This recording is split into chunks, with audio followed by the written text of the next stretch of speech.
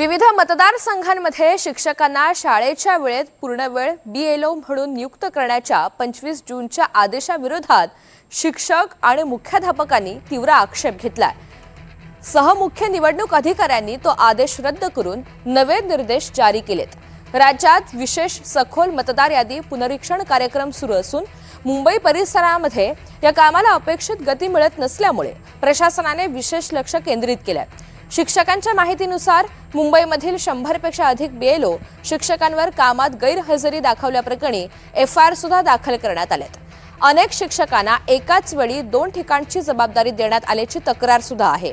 धारावी, मागाठाणे तसंच इतर मतदार नोंदणी अधिकाऱ्यांनी अनेक मराठी शाळांमधील शिक्षकांना एसआयआर कामासाठी पूर्णवेळ नियुक्तीचे आदेश दिलेले असल्यानं शाळेत शिक्षक नाहीयेत अशी स्थिती असल्याची माहिती शाळांनी दिली।